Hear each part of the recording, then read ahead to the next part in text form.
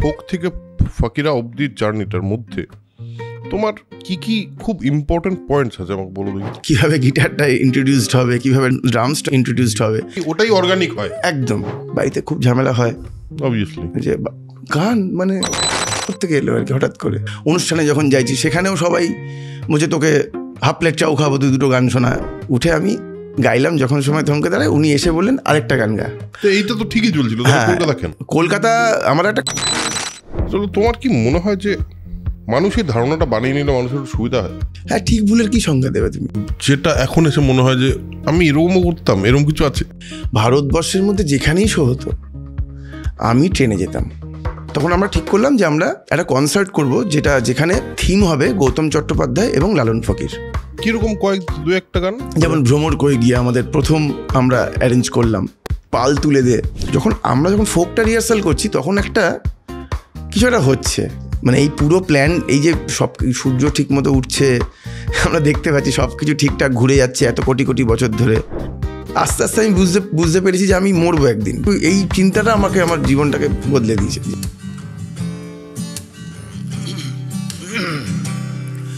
দিনে দিনে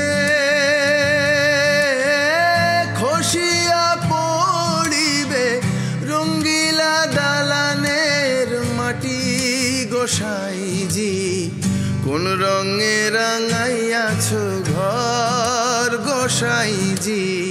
আজকে আমাদের সঙ্গে আছে তিমির বিশ্বাস। আপনারা অনেকেই চেনেন তিমিরকে। তিমিরের সঙ্গে আমার রিসেন্টলি আলাপ হয়েছিল, এবং আলাপ হওয়ার পর আমার একদিন রাত্রে বেশ খানিকটা সময় ওর সঙ্গে আড্ডাতে আমি বুঝতে পারলাম যে এরম আড্ডা একটা পডকাস্টে করলে কীরকম হয়। তার মধ্যে তিমিরকে আমি পার্সোনালি চিনি তো নতুন করে, বাট ওর গানের সঙ্গে বা ওর গলার সঙ্গে পরিচয় তো বহুদিন আগের থেকে, আপনাদের অনেকের মতোই। সো আজকে আমার মনে হলো একটা আড্ডা হোক তিমির।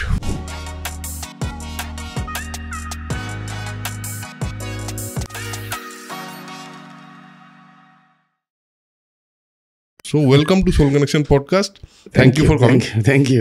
আমাকে ডাকার জন্য থ্যাংক ইউ। আমারও অনেক দিন ধরে ইচ্ছে ছিল তোমার সাথে, ইনফ্যাক্ট তোমার সাথে যেটা তুমি বলছিলে, তোমার সাথে বসার পরে মনে হয়েছিল এটা যদি এখানে হয় একটা। তো তোমার কেমন আছো বলো? খুব ভালো, আমি ভালোই থাকি। কি চলছে এখন বলো? এখন চলছে হচ্ছে ফাকিরার কিছু কাজকর্ম, নতুন কিছু কাজ। কবির নিয়ে আমরা একটা প্রজেক্ট করছি, সেখানে বেশ কিছু গান কবিরের আমরা করছি, এবং কবিরের দোহাগুলোকে আমরা যে গানগুলো আমরা শুনেছি সাধারণত শুনে থাকি, সেগুলোর অনেকগুলো ভার্সন আমরা অ্যাভেলেবেল, নেটে অ্যাভেলেবেল, ইউটিউবে অ্যাভেলেবেল। তো আমাদের মনে হয়েছিল যে আমরা যদি সুর করি, আচ্ছা, তো সেটা আমাদের মনে হয়েছিল যে আমাদের একটা ইনপুট দেওয়া হবে গানগুলোতে। তো সেই রকম আমরা জাস্ট একটা ট্রাই নিচ্ছি আর কি। তো আমরা ওই দোহে নাম দিয়ে দুটো করে গান আমরা এপি রিলিজ করছি আর কি। আচ্ছা, এটা কি কোথায় পাওয়া যাবে? এটা ইউটিউবে অ্যাভেলেবেল, এবং গানগুলো সব যেরকম অডিও প্ল্যাটফর্মে থাকে। বেশ ঠিক আছে। তো আপনারা অবশ্যই চেক আউট করুন। প্রথম কথা, আচ্ছা বাই দ্য ওয়ে বলে দিই, আমার গলাটার আজকে একটুখানি অসুবিধা। আমার একটু বোধহয় লো ভলিউমে কথা বলবো, এনার্জি কিন্তু লো না, এটা শুধুমাত্র গলার জন্যই আমি একটু লো ভলিউমে কথা বলছি। এরপরে গিয়ে একটা পয়েন্টে বেরিয়ে যাবে। যাই হোক, এবার বলো, তোমার সঙ্গে আমার আলাপটা যখন হলো, তো আমি তোমার আইডিয়া অফ মানে লাইফ বা তোমার ফিলোসফি অফ লাইফ বা তুমি কীভাবে দেখো এই ব্যাপারটা বুঝলাম। কিন্তু শুরু করি একটু আগে থেকে। তোমার এখানে আমরা শুরু করি ছোটোবেলা থেকে। জেনারেলি তোমার ছোটোবেলাটা কোথায় এবং কী করে কেটেছে? আসানসোলে আমার বাড়ি, এবং ছোটোবেলা থেকে বাবা দীর্ঘদিন ধরে থিয়েটারের সঙ্গে যুক্ত, এবং মা গান বাজনা করতেন এক সময়তে। তো আসানসোলি। তো আমার জন্মের পরে মায়ের গলার কিছু ইস্যুস হয়, তো মায়ের গান গাওয়াটা মানে সেভাবে চর্চাটা বন্ধ হয়ে যায় আর কি। কিন্তু ওই গুনগুন করে ঘরে মা সবসময়তেই, এবং আমাদের ঘরে একটা অ্যাম্বিয়েন্স, জয়েন্ট ফ্যামিলি আমাদের, গান বাজনার একটা অ্যাম্বিয়েন্স, থিয়েটারের লোকজন সবসময় আসছে, তো এটা সবসময়তেই ছিল। তো সেইখান থেকেই বেড়ে ওঠা আর কি, থিয়েটারের সঙ্গে ছোটোবেলা থেকেই যুক্ত। তারপরের দিকে গানটা পরে। ছোটোবেলায় বন্ধু বান্ধব বা একা টাইম কীভাবে কাটতো? ছোটোবেলায় একা টাইম কাটতো যেরকম সবার কাটে। আমি খেলাধুলো করতে খুব ভালোবাসতাম, কি খেলতে? ক্রিকেট। আমি মোস্টলি আমার ক্রিকেটটাই হচ্ছে আমার বেশ। পরের দিকে আমি প্রচুর খেলেছি আর কি ক্যাম্পিসে। ক্রিকেট আমার খুব পছন্দের একটা বিষয়। আর এমনিতে গান যেটা হতো যে টিভি কমার্শিয়ালসগুলো যেগুলো দেখতাম ছোটোবেলায়, তখন তো দূরদর্শন ছাড়া আর কিছু ছিল না, এবং সেখানে খুব সুন্দর সুন্দর মিউজিক্যাল অ্যাড জিঙ্গেলগুলো হতো, সেটা দুর্দান্ত হতো। এবং কিছু কিছু অনুষ্ঠান, ক্লাসিক্যাল অনুষ্ঠান সব রকমের দেখতে পাওয়া যেত। তো আমি যখন আমার সেন্স হচ্ছে বা হয়নি, এই সময় থেকে আমি ওগুলো দেখতাম এবং ওগুলোকে ইমিটেট করার চেষ্টা করতাম, যে ওইগুলো নকল করে করে গাইবার চেষ্টা করতাম। তো সেই সময় স্পেসিফিক গান আছে মানে পুরব সে সূর্য উগা এরকম ওই গানগুলো? একদমই তাই, একদম তুমি যে গানটা কথা বললে এই গানটাই মানে একদম ব্যাং অন আর কি। এই গানটা যখন আমি ঘরে গাইছি একদিন, মানে টিভিতে চলছে, আমি ওটার সঙ্গে সঙ্গে গুনগুন করছি, তো মা খুব আনন্দ পেয়েছে যে যে গলায় সুর আছে মনে হচ্ছে, তো তাহলে একটা ট্রেনিং দেওয়া হোক আর কি। মা যেহেতু নিজে করতে পারছেন না, খুব ভালো বাসতেন গাইতে, তো মায়ের ইচ্ছা ছিল যে আমি যদি গানটা কন্টিনিউ করি। তো তখন আমাকে নিয়ে যাওয়া হয়, মায়ের যিনি গুরু ছিলেন তার কাছে নিয়ে যাওয়া হয়। তো আমার গলায় এমনিতে কথা বলার সময় তুমি বুঝতে পারছো যে আমার গলা একটু ধরা ভাঙা, একটু এরকম।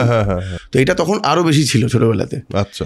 তো সেইটাতে খুব একটা এনকারেজড হয়নি ব্যাপারটা, যে আমার সেই মানে গুরুজির মনে হয়েছিল যে ওর গলায় সুর আছে, কিন্তু গলাটা ওর যেরকম আছে আর কি, তো এটাতে হবে না খুব একটা, সেরকম কিছু হওয়ার চান্সেস কম। তো সেই জন্য গানটা আমাকে তখন আর কন্টিনিউ হয়নি আমার। তো মানে শেখা হয়নি না, শেখা হয়নি। তো তারপরে আমিও তখন অত কিছু বুঝতাম না। তো আমার গলায় সমস্যা আছে এইটুকু আমার মাথাতে ছিল। তো সেই জন্য আমি অন্যান্য জায়গায় সেটাকে বার করার চেষ্টা করতাম, ছবি আঁকা শুরু করলাম, মাউতার গান বাজাতাম, এইসব নিজেই করতাম আর কি, নিজেই করতাম। হ্যাঁ। তো তারপরে যেটা হলো, থিয়েটারের সঙ্গে কাজকর্ম করা শুরু হলো, ব্যাক স্টেজ করতাম মোস্টলি আমি, সেট বয়ে নিয়ে যাওয়া, সেট বানানো, আস্তে আস্তে পরবর্তীকালে ডিজাইন করা। কতটা কোন সময়, এটা হচ্ছে ঠিক ওই ক্লাস 9, 10, 11, 12 এই সময়টাতে খুবই অ্যাক্টিভলি আমি থিয়েটারের ব্যাকস্টেজ ইনভলভ ছিলাম। আচ্ছা। আর তার আগের ছোটবেলা, এটা তো তুমি মানে তোমার ইয়ের মধ্যে ঢুকে গেলে, তার আগের ছোটবেলায় এরকম কি কি জিনিস তোমার মনে পড়ে যে ধরো যেটা এখন এসে মনে হয় যে আমি এরকমও করতাম, এরকম কিছু আছে? হ্যাঁ, মানে ছবি আঁকাটার ক্ষেত্রেই আমার এটা মনে হয়েছে আর কি, যে আমি ছবি আঁকা মোটামুটি 10-12 বছর আমি সিরিয়াসলি শিখেছি।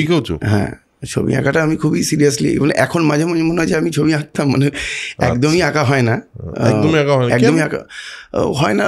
মানে হয় কখনো কখনো হয়, যখন কিছু ব্যান্ডের জন্য কিছু পোস্টার ডিজাইন, যেমন ফকিরার লেখাটা, ক্যালিগ্রাফিটা আমার করা। তো এই ছোটো ছোটো জায়গাতে কখনো কখনো কারো কোনো একটা পোর্ট্রেট আমার দরকার পড়ছে, কোনো একটা ভিজুয়ালে, মিসিং লিঙ্কের একটা ভিডিও শ্যুট করতে গিয়ে সেখানে শেষে সবার ছবি আর্ট ওয়ার্ক দিয়ে তাদের একটা কাজ করা আছে, তো সেটা তখন আমি একটু আঁকলাম কাজের প্রয়োজনে। এমনি নিজের জন্য আর আঁকো না, নিজের জন্য আঁকা আর হয় না। বেশ বেশ। আচ্ছা, এবার গানটা, এবার তো থিয়েটার করছো, থিয়েটারের ব্যাকস্টেজ করছো এবং পড়াশোনা আছে, এর মাঝখানে কলকাতা আসা বা এইখান থেকে কলকাতা আসা বা গানকে সিরিয়াসলি নেওয়া আবার, কারণ বললে তো গানটা মোটামুটি বন্ধই ছিল। তারপরে কি হলো? তারপর হঠাৎ করে গানটা এলো কোত্থেকে? গানটা এলো, আমি যেটা হতো যে আমি থিয়েটারের যেটা মানে সবাই যখন যেখানে গাইছে কোরাসে, আমি টুকটাক যেরকম সবাই গায় সেরকমই গাইতাম। তো ক্লাস 12-এর পরে, 12-এর পরীক্ষার পরে বাবার মনে হলো যে এ তো উচ্ছন্নে যাচ্ছে ছেলে, আর ওই টাইমটাতে কৈশোর যৌবনের যে ওই সন্ধিক্ষণটা আর কি, সেখানে তো একটু অন্যরকম একটা হয় সবারই। তো সবার সাথে ডিস্টেন্স হচ্ছে, বাবা মার সাথে একটা ডিস্টেন্স হচ্ছে, একটা আলাদা জগৎ তৈরি হচ্ছে নিজের। আর তার সাথে সাথে থিয়েটারের সঙ্গে যেহেতু আছি, হেভি একটা হাম্বড়া ব্যাপার একটা তৈরি হয়, যে আমি বিরাট বুঝি, বিরাট জানি। ওই টাইমটা তো সবারই হয়, আমারও হয়েছে, যে আমি লাইফটাকে বুঝছি আর কি, কেউ বুঝতে পারছে না, কেউ আমাকে ধরতেই পারছে না কেউ, এরকম ধরনের ধারণা হচ্ছে। এবার বন্ধুবান্ধবদের সঙ্গে যেটা হয়, একটু নেশা ভাঙ করছি, নিজের লাইফটাকে অন্যরকমভাবে দেখছি, এরকম একটা পিরিয়ড আসছে। তো বাবা দেখছে যে এ তো কন্ট্রোলের বাইরে চলে যাচ্ছে, তো বাবা তখন আমাকে জোর করে একটা হোস্টেলে পাঠিয়ে দেন।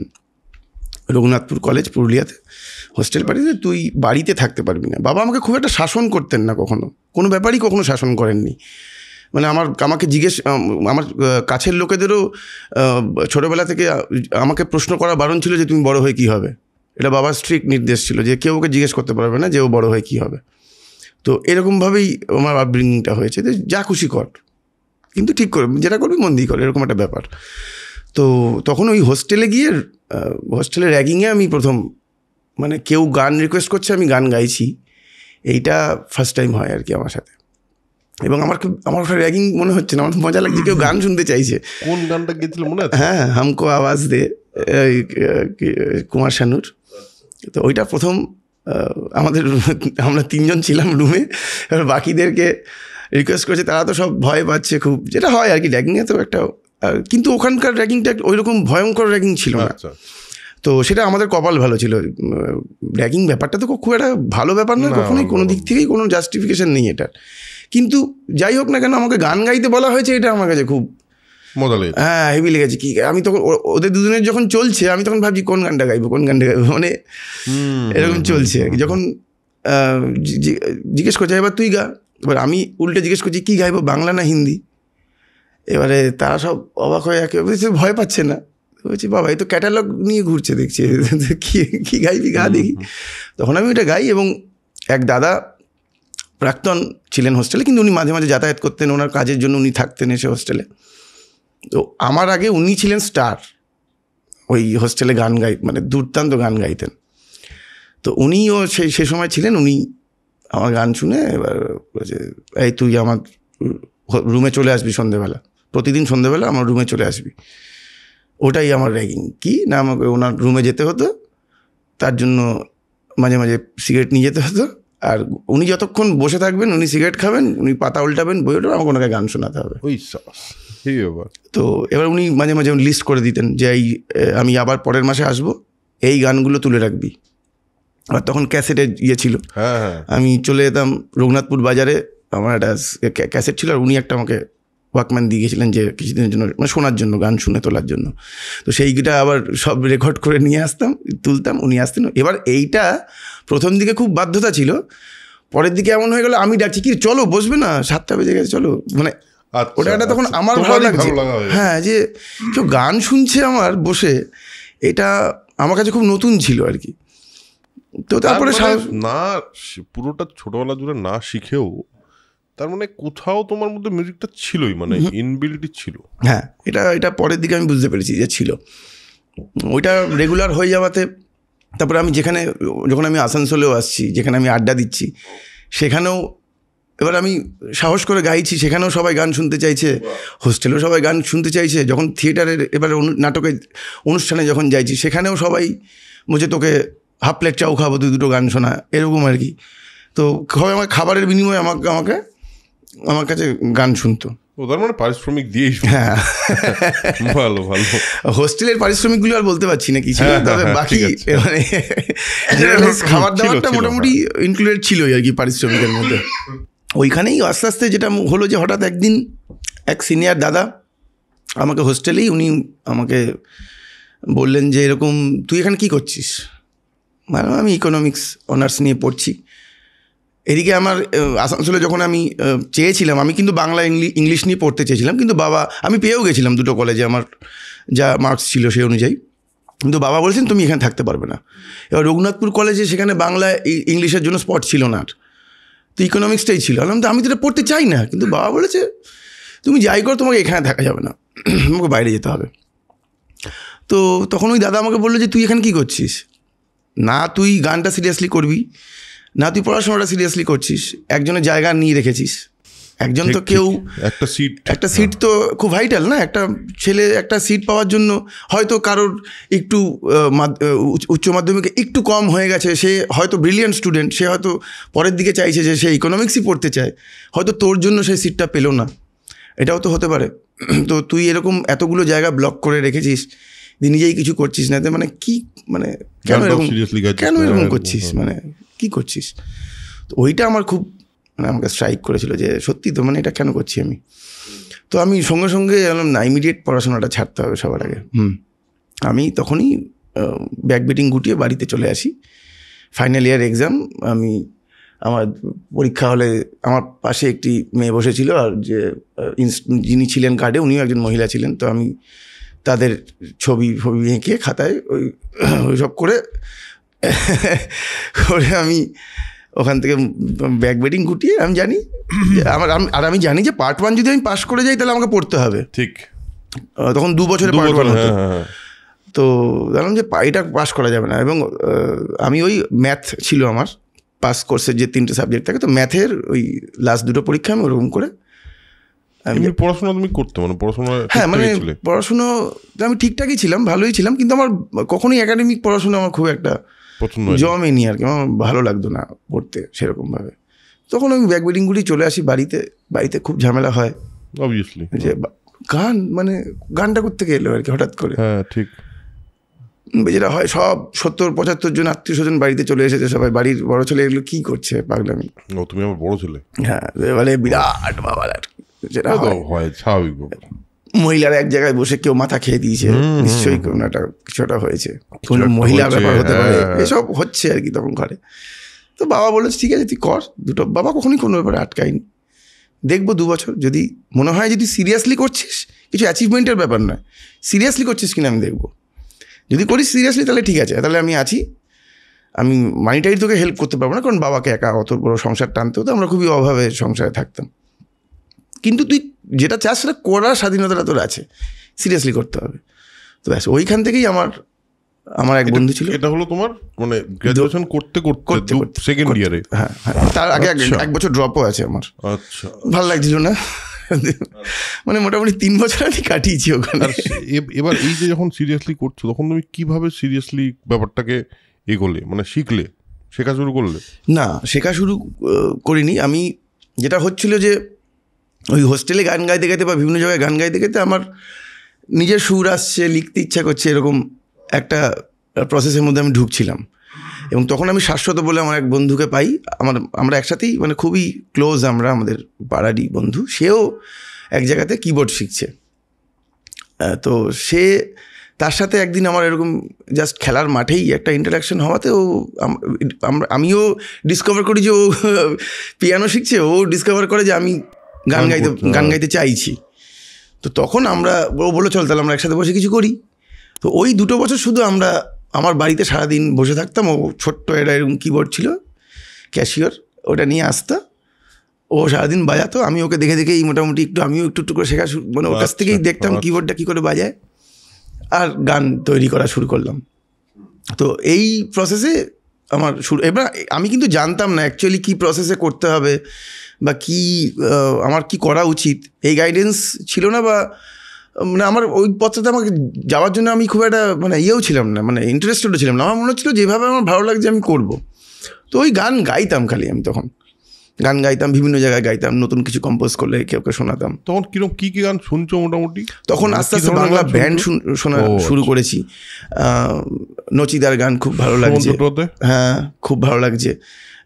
তো ওই এরাতে যা যা ইন্ডিপেন্ডেন্ট মিউজিক যা যা চলছে আর কি, সেটা তখন আমি মানে একদম গিলছি আর কি, সিনেমার বাইরের যে মিউজিকটা। তো সেইটা করতে করতে যখন প্রথম ফসিলস শুনলাম, একদিন ওরকম ঠেকে বসে আছি, তো একজন নেমেসিস তোকে ধ্বংস করতে আসছে নেমেসিস। এটা কী ধরনের বাংলা লিরিক, এটা তো শুনিনি, কিন্তু এত ভালো লাগছে কেন শুনতে। আমিও প্রথম গান নেমেসিস এত অ্যাট্রাক্ট করেছিল ওই গানটার লেখা ইয়েগুলো, না এটা তো শুনতে হবে। ওই যে লুপে পড়লাম, ফাসিলস শুনতে শুরু করলাম, তারপরে বাংলা ব্যান্ড, তারপর বন্ধুবান্ধবদের বিভিন্ন ইঞ্জিনিয়ারিং কলেজে যেসব বন্ধুবান্ধব ছিল আসানসোল ইঞ্জিনিয়ারিং কলেজে, সেখানে গিয়ে গান বাজনা করতাম। তো তারা আমাকে বিভিন্ন বিদেশি কনসার্ট শোনানো, এগুলো। এবার এর মধ্যে এই কালচারটার মধ্যে আমি ঢুকলাম এবং বিভিন্ন জায়গায় গিয়ে কিবোর্ড বাজাতে শুরু করলাম। ও আচ্ছা, কিবোর্ড বাজাতে শুরু করলাম। হ্যাঁ, কারণ কিবোর্ডিস্টই ছিলাম, কারণ কেউ তো আমাকে আসানসোলে প্রচুর জায়গায় আমি অডিশনও দিয়েছিলাম ব্যান্ডে গাইবার জন্য। তো সে সব জায়গা থেকেই মোটামুটি বাদ দিয়ে দিয়েছি। হ্যাঁ, মানে এরকম গলা কেমন যেন একটা, তো এটা খুব একটা চলবে না আর কি। তো তারপরে শাশ্বত ওকে একাডেমিক পড়াশোনা করতে করতে ও চাকরির দিকে চলে যায়। তো আমি একাই সে সময় মিউজিকটা করতাম বিভিন্ন জায়গাতে, কোথাও সুযোগ পেলে পাড়ায় অনুষ্ঠান হলে কিবোর্ড বাজিয়ে 2 গান গাইলাম, এইসব করতে করতে হঠাৎ করে একটা নচিদার একটা অনুষ্ঠান হয় 2004 সালে এপ্রিল মাসে আসানসোল রবীন্দ্র ভবনে। তো যিনি অর্গানাইজ করছেন তিনি বাবার বন্ধু ছিলেন, তিনি বাড়িতে এসেছেন বাবাকে ইনভাইট করতে। তো উনি বলছে কে গান গাইছে, তো বাবা বলছে আমার ছেলে গান গাইছে। বলছে ও গান গাইছে? বলছে হ্যাঁ বলছে তো গান গান বাজনা করবে, জানি না কী করবে। তো ওকে তাহলে ওই উদ্বোধনী সঙ্গীতটা করুক, আমরা তো খুঁজছিলাম কাউকে দিয়ে করানো যায় কি না, তো ভালো তো নচির আগে করুক। তো বাবা ওকে সাথে কথা বল, আমাকে বলেছে যে তুই গাইবি? একদম না ওরে বাবা, নচিদা, আমি তখন কোনোদিনও কোনো স্টেজ করিনি, প্রথম কথা এতজন রিজেক্ট করছে, নচিদার আগে আমি গিয়ে গান গাইবো? এমনিতেই নচিদার আগে কেউ উঠলে নাম করে সবাই, তখন মানে নচিদাকে শুনতে এসছে সবাই সামনে, তখন তো মানে সামনের প্যানপ্যানানি কেউ শুনতে চাইছে না আর কি, না যেই থাকুক যত ভালো গাক, নচিদাকে চাই। আমিও তো ওই দলে ছিলাম, তো জানি আমি উঠলে আমাকেও বলবে, আমি ভয়ে না আমি এটা করবো না কর অনেক ইয়ে করার পরে তো আলটিমেটলি এদিক ওদিক করার পর তোমার তৎকালীন এক গার্লফ্রেন্ড ছিল, সেও খুব আমাকে ইনসিস্ট করলো যে এটা করা উচিত। তো গার্লফ্রেন্ডের কথাতে কাজ হলো, আমি একটু সাহস পেলাম, বল পেলাম, করি দেখা যাক কী হবে। ওইখানে অনুষ্ঠান যখন আমি করছি, আমার 2-3টে গান গাইবার কথা ছিল, আমি কিবোর্ড নিয়ে উঠছি, তখন খুব ভয় লাগছে। অ্যানাউন্সমেন্ট হচ্ছে, বাবা পাশে দাঁড়িয়ে আছে, বাবা বলছে কী হচ্ছে, ভয় লাগছে? মারাত্মক হাত কাঁপছে, মানে তখন রীতিমতো নচিদার আগে। তো বাবা বললো ভয় লাগছে তো সেটা বলে দেখি মাইক্রোফোনে, ভয় লাগছে তো ওটা বলে দে মাইক্রোফোনে, ভয় লাগছে। তা আমি এটা বলবো? বলছে হ্যাঁ বল, দেখ অনেস্ট থাক, মাইক্রোফোনে লুকোবার চেষ্টা করিস না যে তোর ভয় লাগছে। তো আমি গিয়ে প্রথমেই বললাম আমি না খুব নার্ভাস। তো সবাই দেখলাম খুব হো করে উঠলো, সবাই খুব চিয়ার, পাড়ার ছেলে আমি, ওখানকারই ছেলে, সবাই সাপোর্ট করলো। আমি 3টে গান, যখন আমি দ্বিতীয় গানটা গাইছি তখন সামনে কনসোলে বাবা বসে আছে, একদম স্টেজের সামনে সাউন্ডের এখানে। তো বাবা ইশারা করে দেখাচ্ছে, আমি তাকিয়ে দিলাম, নচিদা দাঁড়িয়ে আমার গান শুনছে, বেরিয়ে খাচ্ছে আর আমার গান শুনছে। তো ওটা তো আমার গান শেষ হলো, অ্যাঙ্কার ঢুকে বললেন নচিদা ওকে আরও 2টো গান রিকোয়েস্ট করেছে গাইতে। কী হচ্ছে ব্যাপারটা, আমি আবার 2টো গান গাইলাম। এবার আমি যখন চলে এলাম, এবার স্টেজে নচিদার সেট আপ হচ্ছে, তো আমাকে আমার অ্যাঙ্কার দাদা বললো তোকে নচিদা হ্যাঁ গ্রিন রুমে ডেকেছে। তো আমি গেছি, নচিদা বিরাট হ্যাঁ, নচিদা মানে হ্যাঁ একদম। তো নচিদা বলছে তোর বাবা বলছে, বাবাও দেখি দাঁড়িয়ে রয়েছে ওখানে, তোর বাবা বলছে তুই আমার গান খুব গাস, কই গাইলি না তো? আমি চাঁদ কেন আসে না গিয়েছিলাম। বলছি তুই রাঘবের গান গাইলি, আমার গান গাইলি না তো? আমি আজকে কী করে গাইবো তোমার গান, আজকে তো তুমি গাইবে। মানে আমি বলছি তুই বস, আমাকে বলো তুই কোন কোন গান জানিস আমার। আমি বলো কোনটা গাইতে হবে। মানে তখন তো সব মুখস্থ, মানে সব আমাদের সবারই তাই, কোন গান মুখস্থ নয়। বলছি বাবা এরকম? বলছে ঠিক আছে বস, যখন সময় থমকেদারা জানিস তো? হ্যাঁ জানি। আমি কি বসলাম, উনি আমাকে অনুষ্ঠানের মাঝে ডাকলেন, উঠে আমি গাইলাম যখন সময় থমকে দাঁড়ায়। উনি এসে বললেন আরেকটা গান গা। আমি বললাম নীলাঞ্জনা গাইবো? গা। আমি নীলাঞ্জনা গাইলাম, প্রবাবলি একটাই স্টেজ যেখানে নীলাঞ্জনা গায়নি, নচিদা। তো ওইটা এবার লোকাল চ্যানেলে আমাদের টেলিকাস্ট হচ্ছে পুরো লাইভ। এবারে যত মোটামুটি যারা আমাকে রিজেক্ট করেছে তারা তো সবাই দেখছে, তারা তো সবাই কেউ অনুষ্ঠানেও রয়েছে। নচিদা এসে বুস্ট করেছে, নচিদা আমার ব্যাপারে খুব কথাবার্তা বলেছে। ওইখানে সবাই এবার আমাকে খুঁজতে শুরু করেছে সবাই, যে আয় আমাদের সঙ্গে গা বা এই কর ওই কর। সেইখান থেকে আবার একটা আমার এটা তো একটা ড্রামাটিক সিন পুরো, ওইটা আমার লাইফ পুরো চেঞ্জ করে দিয়েছে। আসানসোলে ইনস্ট্যান্ট একটা অ্যাকসেপ্টেন্স হয় না, মানে নচিদা বলে দিয়েছে, মানে ওটা একটা বিরাট ব্যাপার। হেভি মজার ব্যাপারটা। তারপর তোমাকে অ্যাপ্রোচ করা শুরু করলো লোকজন, তারপর তুমি গান গাও, মানে গানটা তখন। তারপরে আমি একটা ব্যান্ডে কিবোর্ডিস্ট হিসেবেই ঢুকলাম, 2টো গান গাইবো, কিবোর্ড বাজাবো। তো সেই ব্যান্ডে আরেকজন ভোকালিস্ট ছিল, সেটাই আমার প্রথম ব্যান্ড মিউজিক স্ট্রিট। তো সেইখানে আস্তে আস্তে আমি আরও গান, আমার নিজের গানগুলো গাওয়া শুরু করলাম। নিজের গান ছিল তো? হ্যাঁ হ্যাঁ হ্যাঁ, নিজের গান ছিল। কিরকম কোনো একটা গানের কথা বলতে? আজমন, যেটা তোমাকে আমি শুনিয়েছিলাম, আজমন, ওটা আমার প্রথম গান। আজমন আমার প্রথম গান, ওটা এখন রিলিজ গান। হ্যাঁ হ্যাঁ, তো ওইটা আমার প্রথম গান ছিল। তো ওইটা আমি ইয়েতে নচিদার অনুষ্ঠানেও গিয়েছিলাম। বাহ, কানে সুরটাও ভেসে আসলো। বিউটিফুল গান, হ্যাঁ ও বিউটিফুল গান, খুবই সুন্দর গান। সেদিন ইনফ্যাক্ট গৌরবের বাড়িতে গেছিলাম, গৌরবও গাইছিল গানটা। হ্যাঁ, গৌরব খুব পছন্দ ফেলেছে ওটা। বাহ, তো দারুণ ইন্টারেস্টিং গল্প। কলকাতা কবে আসা হলো তাহলে? এইটা 2005-04 সালের ঘটনা। তারপরে ব্যান্ডে ঢুকে ব্যান্ডের গান বাজনা আমরা করতে থাকলাম, এবং আসানসোলে তখন নিজেরাই অর্গানাইজ করে আমরা অনুষ্ঠান করতাম। কারণ ব্যান্ড তখনও ওয়েল অ্যাকসেপ্টেড মফস্বলে, মানে বাইরের থেকে প্রতিষ্ঠিত ব্যান্ড এসে পারফর্ম করছে, দ্যাট ইজ ওকে, কিন্তু আমরা করছি এখনো, তখনও ছিল যে ব্যাপারটা একটু অপসংস্কৃতির ব্যাপার ছিল আর কি। তো আমরা নিজেরাই অর্গানাইজ করতাম, তো হল ভরে যেত, কারণ ইয়াং ছেলেমেয়েরা আসতো, গান শুনতো। এইটা তো ঠিকই চলছিল। কলকাতা আমরা একটা কম্পিটিশন এলাম ব্যান্ডে মাতরমের প্রথমটায় না, দ্বিতীয়টাতে, যেবার মিসিং লিঙ্ক চ্যাম্পিয়ন হলো, ওখানে আমরা ফাইনাল অবধি আমরা ছিলাম। ওইটাতে আসার কারণ ছিল যে যাই হোক যেভাবেই চলছে, কিন্তু আমাদের তো গ্রোথ হচ্ছে না, মানে প্রচুর অনুষ্ঠান তো নেই, সারভাইভ করার ব্যাপারটা একটা ভীষণ, ওটা একটা ইস্যু সবসময়তেই থাকে। আর কলকাতার মধ্যে তো অত অপরচুনিটিস নেই আমাদের মফস্বলে, যে অনেক কিছু করে একটা মিউজিশিয়ান টিকে থাকতে পারে, বা সেশন বাজিয়ে হোক বা অন্য কোনো কাজ করে হোক, সেটা তো, সেই অপশানটা তো সবসময় থাকে না। তো আমরা ভাবছিলাম যে আমাদের গান বাজনা মানে পাবলিক হতে হবে, তখন তো ইউটিউবের কনসেপ্ট ছিল না, ঠিক, মানে পৌঁছাতে হবে লোকের কাছে। তো এইটা দেখলাম যে একটা চ্যানেলে দেখাবে পুরো, এটা অনেক দিন ধরে রিপিট টেলিকাস্ট হবে, কারণ ব্যান্ডে মাতরম 1 আমরা দেখেছি যে রিপিট টেলিকাস্ট হচ্ছে, আমরা সব ব্যান্ডগুলোকে চিনে গেছি।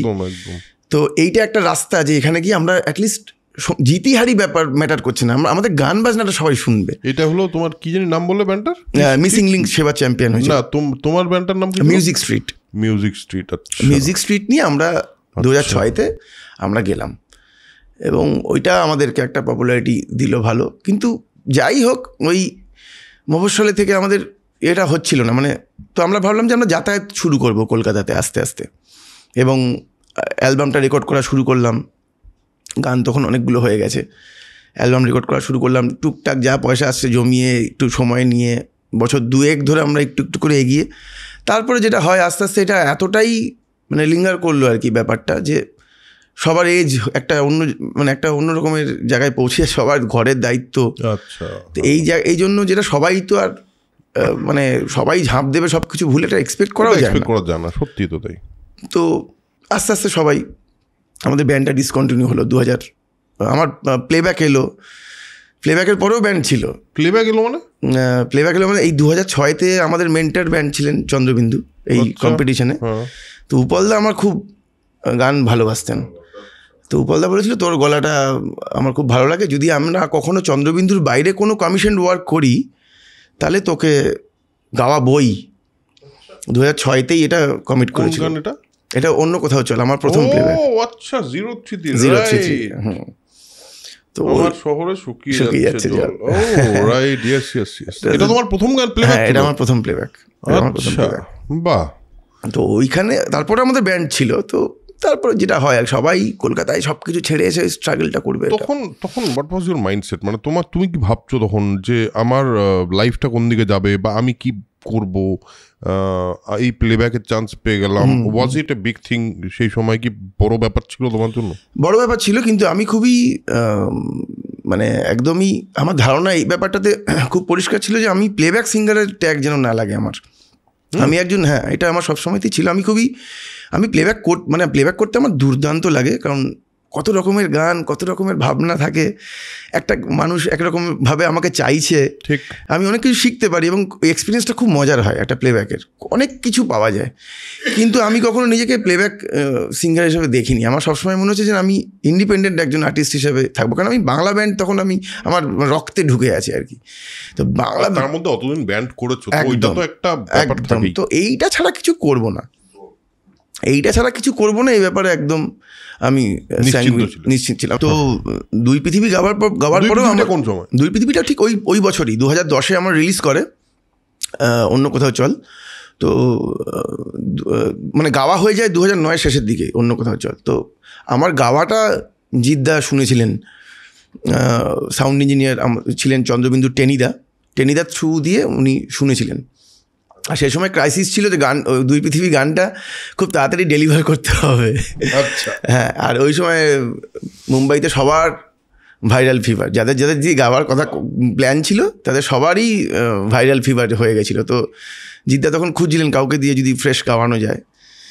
তো সেই টাইমে ওইটা আমার কাছে অপরচুনিটিটা আসে। জিদ্দা ফোনে আমার গান শোনেন, ওই গানটা আমাকে পাঠিয়েছিলেন যে এটা তুলে রাখো, তোমার শুনবো। তো তাও শুনে আমি আবার বারবার ফোনে শুনি, উনি হ্যাঁ এবার এসো রেকর্ড করি গানটা, মানে উনি নিশ্চিন্ত। হ্যাঁ, তারপরে রেকর্ড করলাম। এবং দুই পৃথিবীর পরেও আমার স্ট্রাগল ব্যাড ওয়ার্ড আমি ইউজ করি না, দুই পৃথিবীর পরেও ওই সিচুয়েশনটা চেঞ্জ হচ্ছিল না কোনোভাবেই। কারণ আমি তো প্লেব্যাকের জোনটায় যাচ্ছি না। আমার কাছে অনেক অফার ছিল যে বড় বড় যে অর্কেস্ট্রা টিমগুলো থাকে সেখান থেকে ভালো ভালো অফার ছিল যে 5টা-6টা করে গান গাইতে হবে এবং হ্যান্ডসাম মানি, মানে 15টা শোয়ের কন্ট্রাক্ট মাসে। এবার সেটা 15টা না হলেও 15টা শোয়ের টাকা দেবে, এরকম কন্ট্রাক্ট আর কি। তো সেগুলো আমি নিইনি আর কি। আমার অনেক আর্থিক অবস্থা খারাপ অসত্ত্বেও আমি ওগুলো নিইনি, কারণ আমি জানতাম যদি আমি এই জোনে ঢুকে যাই তাহলে আর আমার ব্যান্ড করা হবে না, ওই তিমির বিশ্বাস ব্যান্ড হয়ে যাবে আর কি। তো ওটা আমি কখনোই, ওটা আমার ভিশনে ছিল না যে আমি এটা করবো আর কি। ও তারপরেও তোমার মাথাতে ব্যান্ডটাই ছিল এবং ফাইনালি তুমি ব্যান্ডটাই করেছো। এবং আমি একটা জিনিস বুঝতে পারছি না, সেটা হলো যে একটা সিঙ্গার যে আসানসোল থেকে একটা পয়েন্টের পরেই গানটা শুরু করলো এবং তারপরে সে ওই নচিতার সঙ্গে ওই একটা খুবই ড্রামাটিক একটা পুরো সিনেম্যাটিক আমি একটা সিন দেখতে পেলাম, সেটা হওয়ার পরে সে প্লেব্যাক করার পরেও সে প্লেব্যাকে শুধু থাকতে চাইছে না। এটা কেন? মানে শুধু প্লেব্যাক সিঙ্গার হয়ে যেতে পারছে না? শুধু কি ব্যান্ডের প্রতি ভালোবাসা থেকে না কি? আসলে আমি যেভাবে, মানে আমি ব্যান্ড যে কনসেপ্টটা না, এইটা আমাকে প্রচণ্ড মানে আমার সাথে মিশে গেছিলো আর কি। এই কনসেপ্টটা যে আমি একা কখনো স্টেজে নিজেকে দেখিনি, মানে আমার কাছে সব যে ব্যান্ড যেটা বলে আর কি, সবাই তো সমান ব্যান্ডের, সত্যি তো তাই। মানে আমি আজকে যদি খালি গলায় উঠে স্টেজে গান গাই, তো সেইটা আছেন, এরকম সিঙ্গারও আছেন, প্রণম্য সিঙ্গার এরকম আছেন যিনি খালি গলায় স্টেজে উঠে গান গাইলেই মানুষ 4 ঘন্টা 5 ঘন্টা শুনবেন। আমার ওই ক্ষমতা নেই, আমি অতটাও মানে ট্যালেন্টেড নই, আর আমি ওইভাবে দেখিও নি কখনো। আমার সবসময় আমি ইউনিট হিসেবেই দেখেছি নিজেকে, যে আমরা একসাথে কাজ করব। তো এবং আমি যে গানগুলো তৈরি করেছি, আজমন বাদ দিয়ে যা গান আমি তৈরি করেছি সব ব্যান্ডের সাথে। তো এই গানগুলো আমার স্বপ্ন ছিল, এই গানগুলো আমি সবাইকে শোনাবো। আমার স্বপ্ন ছিল আমি আমার কাজগুলো সবাইকে শোনাবো। মানে এটা আরো বেশি মোটিভেশন মনে হয়, নিজেদের মিউজিক করবো। এক্স্যাক্টলি, নিজেদের মিউজিক। তো তারপরে যখন ব্যান্ডটা ভেঙে যায়, আমি ওই গানগুলো কিন্তু নিয়ে আমি অন্য ব্যান্ড করেও করতে পারতাম, কিন্তু সেটাও আমার বাধা হচ্ছিল যে আমি এটা মিউজিক স্ট্রিটের সঙ্গেই করেছি, তো এই গানগুলো আমি আর অন্য কোনো ব্যান্ড নিয়ে করতে পারবো না। এই গানগুলো যদি কখনো রিলিজ করে, সেগুলো মিউজিক স্ট্রিটের ব্র্যান্ডেই রিলিজ করবে, নইলে অন্য কোনোভাবে রিলিজ করবে। আমি এরকমভাবে ব্যান্ড তৈরি করে সেই গানগুলো মানে মিউজিক স্ট্রিটের নাম দিয়ে ওগুলো হবে না। তো সেই জন্য আমি আর তারপরে এমন একটা ব্যান্ড করছি যেটা অরিজিনাল গান বাজনা করে না। তো ফোক আমার হঠাৎ করে খুবই আমার কাছের হয়ে যায়। মানে এই ফোকটা কবে থেকে আসে এবং কিভাবে আসে? ব্যান্ডটা ভাঙার পরেই, ব্যান্ডটা যখন আমার মিউজিক স্ট্রিট যখন ডিসকন্টিনিউ হয়, তখন চয়ন একটা অন্য চয়ন যে এখন ফাকিরাতে গিটার বাজায়, চয়নের সাথে আমার 2004-05 থেকে আমাদের সম্পর্ক। আমরা একসাথে মিউজিক করি, আমরা থিয়েটারের মিউজিক করতাম, একসাথে নিজেরা মিউজিক তৈরি করতাম, কিছু কিছু গান বানাতাম, সেটা একদম আলাদা আমার আর চয়নের। তো চয়নও তখন একটা ব্যান্ডে বাজাচ্ছে, সেটারও তখন হালকা সেটাও ভাঙবে করছে, এরকম একটা অবস্থা। তো সেই সময় আমরা দুজন একসাথেই থাকি, আর আমি, চয়ন এবং শ্রমিক, আমরা 3 জন একসাথে থাকতাম। তো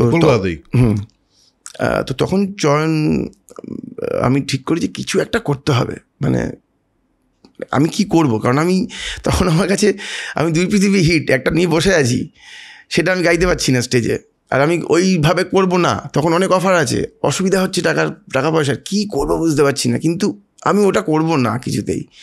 আমি প্লেব্যাক সিঙ্গারের ট্যাগ লাগাবো না, এটা আমি এমন একজন ভোকালিস্ট হবো যে প্লেব্যাক করে। হ্যাঁ, কারেক্ট, এরকম প্লেব্যাক সিঙ্গারই শুধু, সেটা যেন না হয়, সেটা আমার ইয়ে ছিল।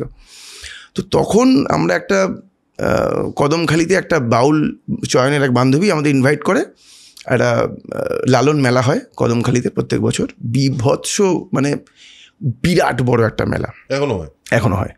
সেখানে মানে প্রায় 8টা-10টা স্টেজ থাকে বিভিন্ন জায়গা জুড়ে, ছোট বড় ফেস্টিভ্যাল, বিরাট বড় ফেস্টিভ্যাল মেলা, হই করে হয়। সেখানে লালন শাহ, সিরাজ শাহ গান সব পারফর্ম করছে সবাই। আর গোটা দিন মানে 3 দিন ধরে হয়, সারা দিন ধরে হচ্ছে, একটা অদ্ভুত ব্যাপার। তো সেখানে ইনভাইট করে, কারণ ওই বান্ধবীর বাবা ওই কমিটির সঙ্গে গিয়েছিলেন, তো যে তুই আয়, এটা খুব ভালো লাগবে তো দেখতে। তো চয়ন আমাকে বললো চলো ঘুরে আসি, এখন মন খারাপ দুজনেরই, মানে 3 দিন কাটিয়ে আসি। আর আমি আর চয়ন মাঝে মাঝেই বেরিয়ে পড়তাম এদিক ওদিক। তো ওইখানে গিয়ে, ওই মেলাতে গিয়ে তো প্রথম কি হচ্ছে এটা আমি বুঝতেই পারছি না। এবার সারাদিন ধরে এদিক ওদিক গান বাজনা শুনে রাতে বসেছি। রাতে এবারে ঠিক 10টা থেকে শুরু হচ্ছে, 4টে অবধি স্পেশাল সব আর্টিস্টরা আর কি, সব সেই সময়কার সব ফোক আর্টিস্টরা, দুর্দান্ত সব আর্টিস্টরা সব পারফর্ম করবে। তো আমরা তো একদম আগেই গিয়ে বসে পড়েছি, মাটিতে সুন্দর বসার জায়গা করা আছে। তো আমরা দেখছি যে আমাদের চারপাশে যারা এসে বসছেন তাদের মধ্যে কেউ হয়তো বেলুন বিক্রি করছিল, হ্যাঁ, কেউ হয়তো তোমার ফুচকা বিক্রি করছিল, কেউ হয়তো চাট বিক্রি করছিল, কেউ হয়তো কোনো একটা দোকান দিয়েছিল। সবাই নিজের নিজের কাজ শেষ করে সবাই খাওয়া দাওয়া করে ফ্রেশ হয়ে এসে বসছে। বললাম আচ্ছা, তখন তো আমার এই ধারণাটা নেই, তখন তো আমি সব বুঝি এরকম একটা ব্যাপার, পৃথিবী সব জানি আমি, ওরকম ফেজে আছি আর কি। কেউ বুঝতে পারছে না আমার কথা বা আমার জীবনটাকে কেউ বুঝতেই পারছে না আমার মতো করে, এরকম একটা ধারণা ছিল। তো সেখানে কি বসে গানগুলো শুনছি, এরকম মানে পাগল হয়ে যাচ্ছি শুনে গানগুলো, অথচ কিচ্ছু বুঝতে পারছি না গানগুলো কি বলছে, কথাগুলো কি বলছে কিচ্ছু বুঝতে পারছি না। আর এই যে লোকগুলো বসে আছে যাদের সোকল্ড আমরা অশিক্ষিত ভাবি, তো তারা ওই গানগুলো নিয়ে আলোচনা করছে, ওই গানগুলোর ভাব নিয়ে আলোচনা করছে, এবং তারা বলছে যে এই ভাবটা এ ভালো গায় না, ওটা ও খুব ভালো গায়, ওর এই ভাবটা এইভাবে এই ভালো। কী বলছে? ওদের কাছে জলের মতো পরিষ্কার কি গাইছে এবং কি বলছে। এইটা আমাকে মনে হচ্ছে কেউ দাঁড় করিয়ে মারছে চর আর কি, এরকম একটা ফিলিং হলো। ভাড়া ঠাসিয়ে চর মারা ওরকম ফিলিং হচ্ছে, কেউ দিচ্ছে আমাকে একদম। কিন্তু আমি তো কিচ্ছু জানি না, মানে আমার জীবন সম্পর্কে কোনো বোধই নেই, কোনো আইডিয়াই নেই। ক্লিয়ার হয়ে গেল ওই দিন যে আমি কিচ্ছু জানি না। চয়নের হাত ধরে বললাম, ভাই এই মিউজিক তো আমাদের খনি, এটা করবো না আমরা? যদি কিছুটা জীবনকে বুঝতে পারি, যদি চর্চা করতে করতে অ্যাটলিস্ট কিছু যদি বোধ তৈরি হয় আমাদের মধ্যে, অ্যাটলিস্ট এদের মতো যদি আমার বোধ তৈরি হয় চারপাশে যাদেরকে দেখছি, তাহলেই তো ধন্য মনে করব। আমি তো একদম তলানিতে আছি, এরা কত হ্যাপিলি লাইফ লিড করছে, কত সুন্দর জীবনকে দেখছে, আমি পারছি না তো দেখতে পাবে। এত যন্ত্রণা কেন আমার? এটা ঠিক না, আমায় কিছু একটা করতে হবে। চয়নও একই রকমভাবে মোটিভেটেড, ও তো চুপ হয়ে আছে পুরো, ও খুব হিট করলে ও কথা বলে না, আর আমি অনেক বেশি কথা বলি। দুজনে আমি বকে যাচ্ছে, ও শুনছে। তো ওই বান্ধবীর বাড়িতে আর যাওয়া হলো না আমাদের, আমরা 3 দিনই মেলাতেই ছিলাম। হ্যাঁ, মেলাতেই রাতে ওই সব হয়ে যাওয়ার পরে 3-4 ঘন্টার একটা ব্রেক হতো, আমরা ওই চেয়ারগুলোকে সাজিয়ে চেয়ারের মধ্যেই ঘুমোতাম, আমার ঠান্ডা বিভৎস। তো দ্বিতীয় দিন আরমান ফকিরদের একটা ডেন ছিল, সেইখানে আরমানদা হঠাৎ ভোরবেলা একদিন, হ্যাঁ এখানে কী করছো, শুয়ে বাইরে, চলো ভিতরে চলো। হ্যাঁ, আরমানদাকে দেখছি, কিছুক্ষণ আগেই পারফরমেন্স দেখেছি। হ্যাঁ আরমানদাকে। তখন তো আমাদের কাছে তারা শুধু পারফর্মার, তারা শুধু সঙ্গীত শিল্পী, তখন তো বুঝতে পারিনি যে তারা এক্স্যাক্টলি কি, কতটা মানে গুলে খাওয়া লোক, জীবন মানে একদম মানে হজম করে ফেলেছেন আর কি। তো ওই ভিতরে গিয়ে থাকলাম, ওই যে সৌভাগ্য হলো ওখানে ভিতরে বাকি 2 দিন কাটানোর, ওই ওনার ওই খড়ের গদিতে গিয়ে ওই যে ঘুম হলো ওনাদের সঙ্গে, ওই ঘুম বছরের পর বছর, ওই ঘুম মানে ঘুমের ওষুধ খেয়েও বোধহয় ওরকম ঘুম হয় না, এরকম প্রশান্তির ঘুম। মানে হয়তো 3 ঘন্টা 4 ঘন্টা ঘুমাচ্ছি, মনে হচ্ছে জন্মের ঘুম ঘুমিয়ে উঠছি, আর ফ্রেশ লাগছে, আরাম লাগছে। ওই হচ্ছে তোমাকে আমার এইখানে। তো ওই আরমানদাই প্রথম আমাদেরকে চয়নের সঙ্গে খুব, চয়ন একটা ব্যাপার আছে, চয়ন খুব ভালো ব্লেন্ড করতে পারে সবার সাথে, আমার একটু সময় লাগে। চয়ন খুব তাড়াতাড়ি ব্লেন্ড করেছে, চয়ন গান বাজনা হচ্ছে ওখানে, একটু চয়ন একটু দোতারা বাজাচ্ছে, তখন চয়ন টুকটাক বাজায়। তো এই করতে করতে ওই আড্ডাতেই উনি আমাদেরকে ইন্সপায়ার করলেন যে তোমরা গানগুলো করো, তোমরা মিউজিশিয়ান যখন, করো গানগুলো। তো আমরা বললাম যে আমরা তো গিটার ড্রামসে গান বাজনা করি। বলছি কী অসুবিধা আছে, কথাগুলো তো গাও খালি, তাহলেই হবে, কিসে করছে ম্যাটার করছে না। বললাম যে এরা তো অন্য জিনিস বলছে, অন্য জিনিস ভাবতাম আমরা, এরকম ওপেন। বলছে হ্যাঁ গিটার ড্রামসই করো, কিন্তু করো গানগুলো করো, উচ্চারণ করো, খালি উচ্চারণ করো। তো ওইখান থেকে আমাদের আবার একটা জার্নি শুরু হলো। আমি আর চয়ন বসে একটা একটা করে, আর চয়ন হ্যাঁ ফোক, বিভিন্ন জায়গায় যাওয়া। আর প্রথমেই বুঝতে পেরে গেছিলাম যে বই পড়ে এটা হবে না। বই পড়ে যদি কেউ মনে করে যে ফোক বুঝবে বা জানবে, হবে না। যদি আসার থাকে আসবে, কিছুই মানে 0.1%ও আসেনি, কিন্তু যতটুকু আসছে, যতটা ঢুকছি ম্যাজিকের মতো লাগছে আর কি। এই গান বাজনাতেই আমরা আস্তে আস্তে আস্তে আস্তে আস্তে তা আমরা আমার এই গলার জন্য ইত্যাদি ইত্যাদির জন্য একটা ব্রেক নিয়েছিলাম তো, এবং একটা প্রচণ্ড গরম জল আমাকে দিয়েছে, যেখান থেকে ধোঁয়া বেরোনো দেখতে পাচ্ছেন আপনারা, দেখুন এত গরম জল দিয়েছে যে আর মানে খেতেও পারছি না ঠিক করে। কিন্তু আমরা যেখানে ছিলাম সেটা হলো যে তোমার ফোকটাকে এক্সপ্লোর করা শুরু করা। নাও এটা একটা প্রচণ্ড ইন্টারেস্টিং জায়গা, কারণ ফোক তো শুধু গান নয়, না না, এটা তো একটা দর্শনও বটে। তো তোমার এই যে মানে ফোক থেকে ফকিরা অবধির জার্নিটার মধ্যে তোমার কি কি খুব ইম্পর্টেন্ট পয়েন্টস আছে আমাকে বলো দেখি। মানে কিছু কিছু তো রিয়েলাইজেশনের পয়েন্ট নিশ্চয়ই আছে, যেটা তুমি অলরেডি বললে একটা, যেখানে গিয়ে তোমার মনে হলো আমি কিছু জানি না। তারপরে জার্নিটা একটুখানি বলো। তারপরে যেটা হলো যে প্রথম যে ধারণাটা মাথায় এলো, প্রথম যে কনফিউশনটা ছিল, যেটা যে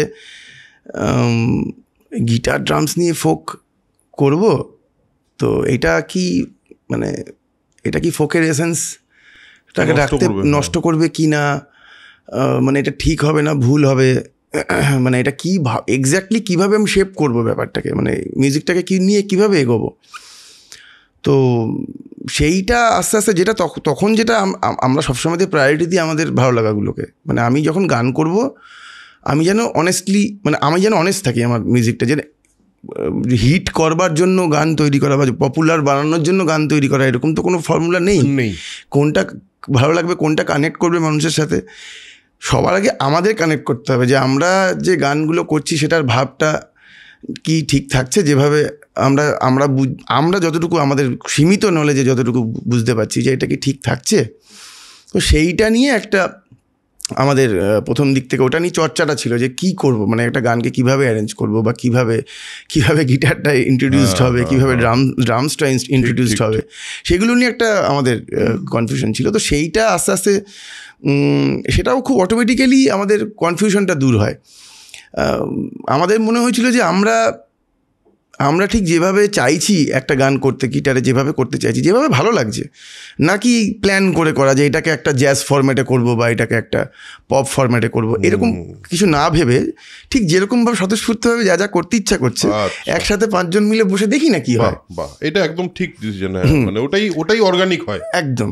তো এবারে এটা হতেই পারে যে এটা একদমই হতে পারে যে যেটা করছি আমরা সেটা ঠিক নয়, ঠিক ভুলের হিসেবে ওভাবে যদিও হয় না, কিন্তু তবুও মনে হতে পারে যে এটা হতেই পারে। একটা সময় মনে হলো যা করেছিলাম ভুল করেছিলাম, তাতে অসুবিধা নেই।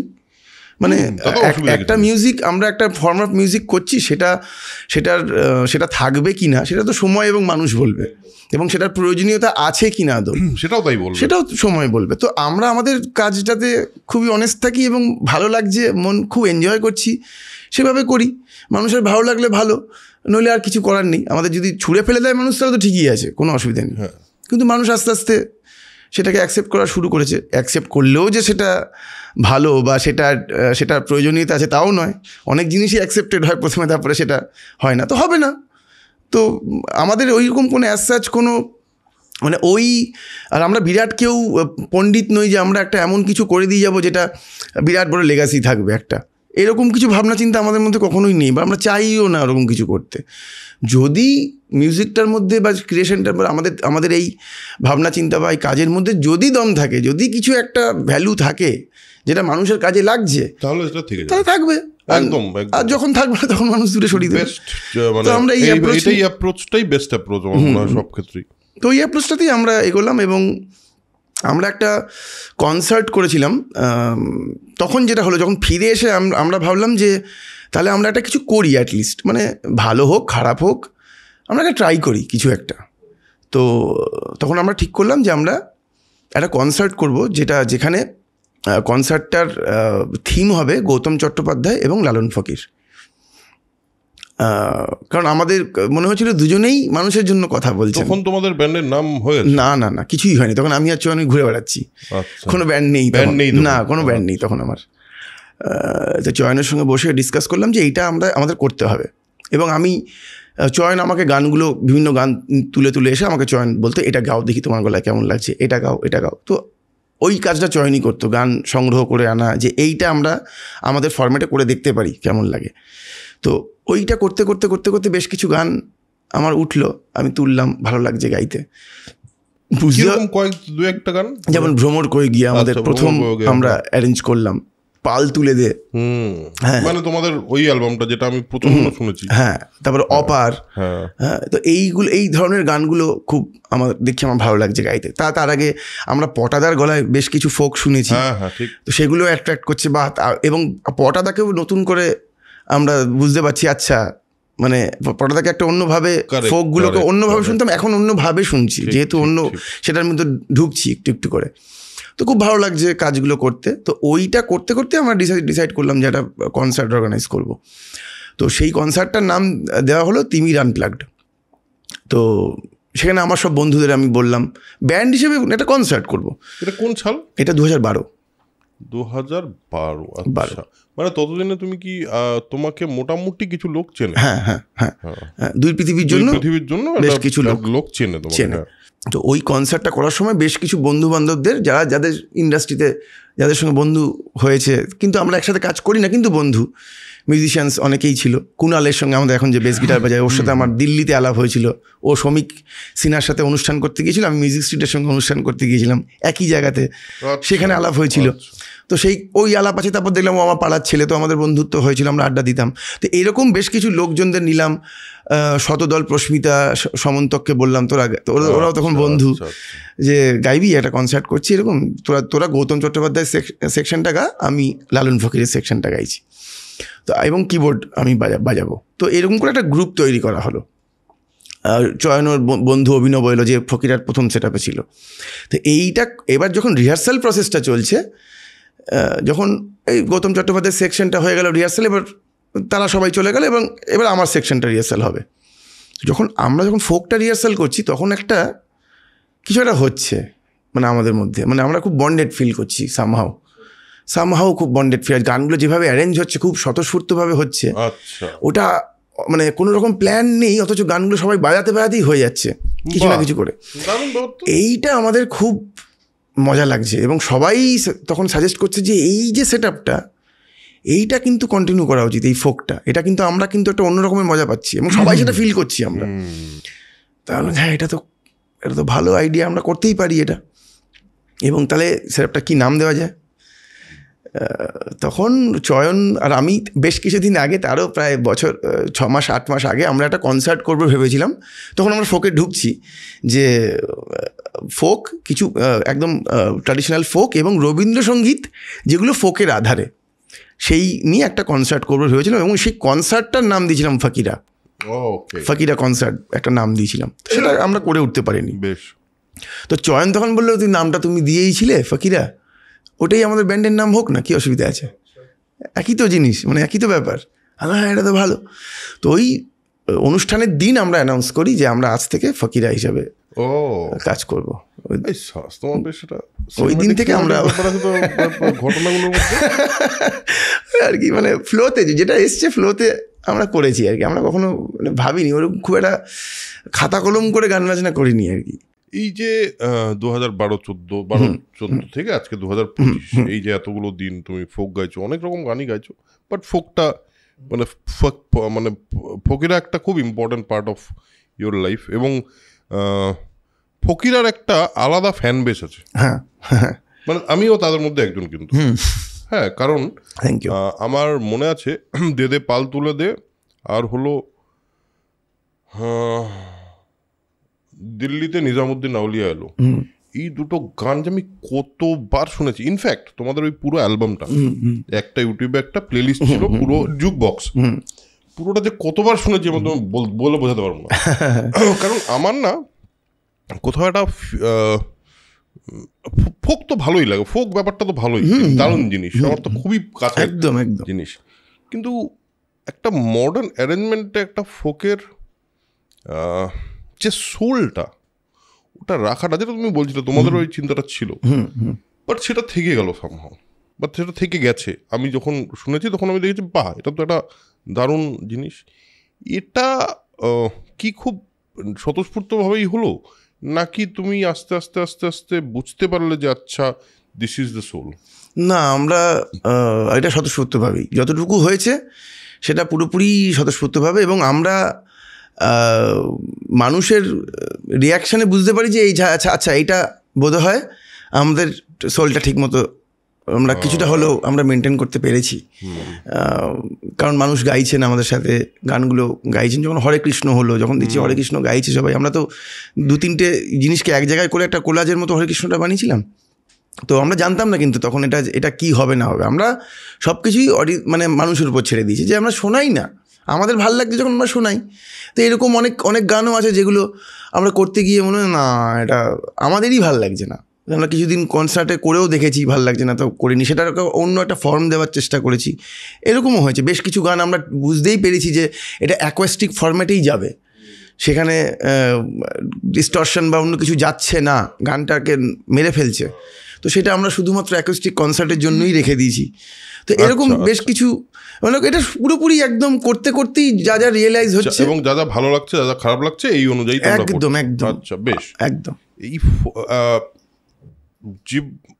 অনেক কিছুই তো জীবনে ঘটে, তার সময় বয়স বাড়ে, এক্সপিরিয়েন্স বাড়ে, জীবনে কিছু কিছু রিয়েলাইজেশনের পরিবর্তন হয়। তোমার ক্ষেত্রে জীবনের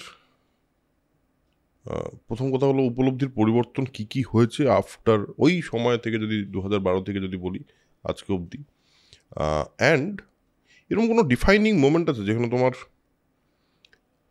মানে জীবনটা অ্যাকচুয়ালি বদলে গেছে? যেটা হতো যে গানগুলো তো গাইছি, করছি, সবই ঠিক আছে, কিন্তু হঠাৎ একটা সময় আসে, অনেক দিন গান বাজনা করার পরে মানুষজন ভালো বলছে, সব কিছুর পরেও ওই যে লোকগুলোকে দেখেছিলাম বসে খুব ইজিলি চর্চা করছে গানগুলোকে নিয়ে, এবং ভিতরে আছে তাদের ওই গানগুলো, ওইটা অ্যাচিভ হচ্ছে না সামহাও। আমি যেটা গেয়েই যাচ্ছি, ভালো লাগছে, সব ঠিক আছে, কিন্তু ভিতরে সামহাও আমি আমার জীবনের অশান্তিটা তো রয়েইছে, জীবনের অনেক কিছু যেরকম থাকে সবার যেরকম থাকে। তো আমি যেভাবে ভেবেছিলাম, যেভাবে দেখছি তাদেরকে সর্টেড লাইফ সম্পর্কে ধারণাটা, তো এইটা সম্পর্কে মানে আমার কিছুতেই পরিষ্কার হচ্ছিল না কোনো কিছুই। এখনও যে পরিষ্কার তা নয়, কিন্তু অ্যাটলিস্ট একটা ওয়ে আউট পাওয়া, সেখানে সেই পথে এগোনো, অ্যাটলিস্ট সেই পথে এগুলো তো চেষ্টা করতে পারবো, রাস্তাটা তো খুঁজে পেতে হবে, রাস্তাটাই খুঁজে পাচ্ছি না। তো আমার 2016 এন্ডে বা 17তেই শুরুর দিকেই, 16 এন্ডেই প্রবাবলি, আমার একটা কোমরে একটা মারাত্মক চোট লাগে, এবং আমি বেড রিডেন হয়ে যাই বেশ কিছুদিনের জন্য। মানে চোট লাগে? চোট খেলতে গিয়ে লাগে, তারপরে হ্যাঁ, মানে আমার একটা ডিস্ক L3 L4 একটা মারাত্মক ডিসলোকেশন হয়। আচ্ছা। এবং সেইটা আরও বেশ কিছু, ওটাকে প্রথমে ইগনোর করেছিলাম, হ্যাঁ কোমরে যেরকম খ্যাঁচ লাগে ওরকমই লেগেছে হয়তো, সেটা আরও 2-3টে ইনসিডেন্টে আরও বেড়ে যায় আর কি, আরও ভয়ঙ্কর হয়। তো ডাক্তার দেখানোর পরে ডাক্তার বলেছিলেন যে এটা অপারেটই করতে হবে, যেরকম জায়গায় চলে যাচ্ছে আর কি। তো সেই সময় আমি একজন মানুষকে পাই আমার জীবনে, তন্ময়, আমার গুরুই যাকে বলা যায়, মানে যদি বলি স্পিরিচুয়াল গুরু। তো উনি আমার জীবনে এসে ওই সময়টা আমাকে অনেক কিছু শিখিয়েছে, অনেক কিছু বুঝিয়েছে, মানে, এবং আস্তে আস্তে আমি বুঝতে পেরেছি যে আমি মরবো একদিন। এইটা আমার কাছে খুবই, এই চিন্তাটা আমাকে আমার জীবনটাকে বদলে দিয়েছে, যে আমি হ্যাঁ, আমাকে তো মরতেই হবে একদিন। এবং চারপাশে যারা আমার গান শুনছে, যারা আমাকে ভালো বলছে, যারা আমাকে খারাপ বলছে, সবাই মিলে মরবো। তো এইটা আমাকে হঠাৎ করে ওনার কাছে যাওয়ার পরে চেঞ্জ করে দিয়েছে। এবং তারপরে যেটা হয়েছে, ওই প্র্যাকটিসে ঢুকে মানে ওই প্র্যাকটিসটাকে একটু করে করতে এই গানগুলো তখন না গানগুলো আমার কাছে যেভাবে আমি চাইছিলাম যে গানগুলো আমার কাছে আসুক, সেভাবে আসতে শুরু করলো। ওকে।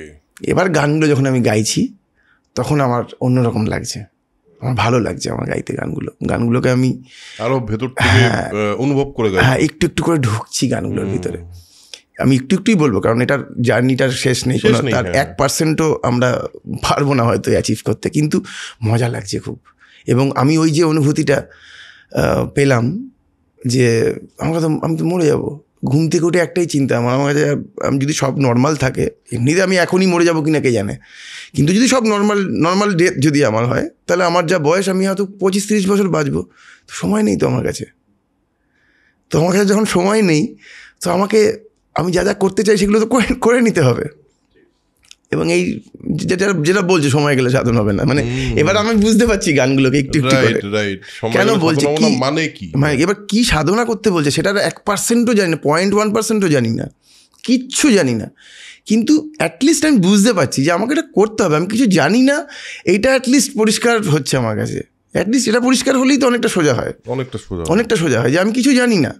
তো সেইটা আমার মানে ওই গুরুর কাছে গিয়ে আমার ওটা একটা আমার মানে বিরাট আমার চরিত্র, মানে আমার ক্যারেক্টার, আমার কথা বলা, আমার মানুষের সঙ্গে মেশা, অ্যাকসেপ্ট করা সবাইকে, মানে এটা অন্যরকম হয়ে যায় আর কি।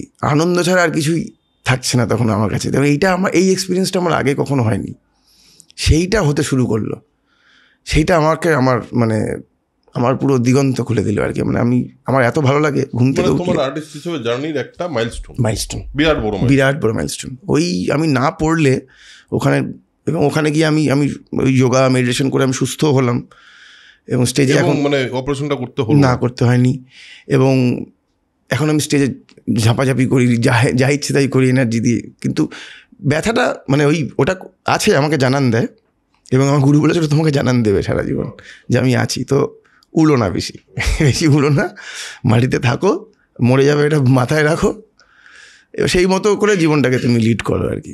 তো এখন সব কিছুই ভালো লাগছে, সব কিছু যা কিছুই দেখছি সব কিছুই মনে হচ্ছে জ্ঞান, সব কিছুই পাওয়া মনে হচ্ছে। আগে খুব অভিযোগ ছিল, অনেক অভিমান ছিল, অনেক অভিযোগ ছিল, অনেক কিছুর প্রতি অনেক মানে বক্র মানে বেকা নজর ছিল, এটা কেন এরকম, আমার সাথে কেন, এইসব অনেক কিছু ছিল, সেগুলো আর নেই, এগুলো সব।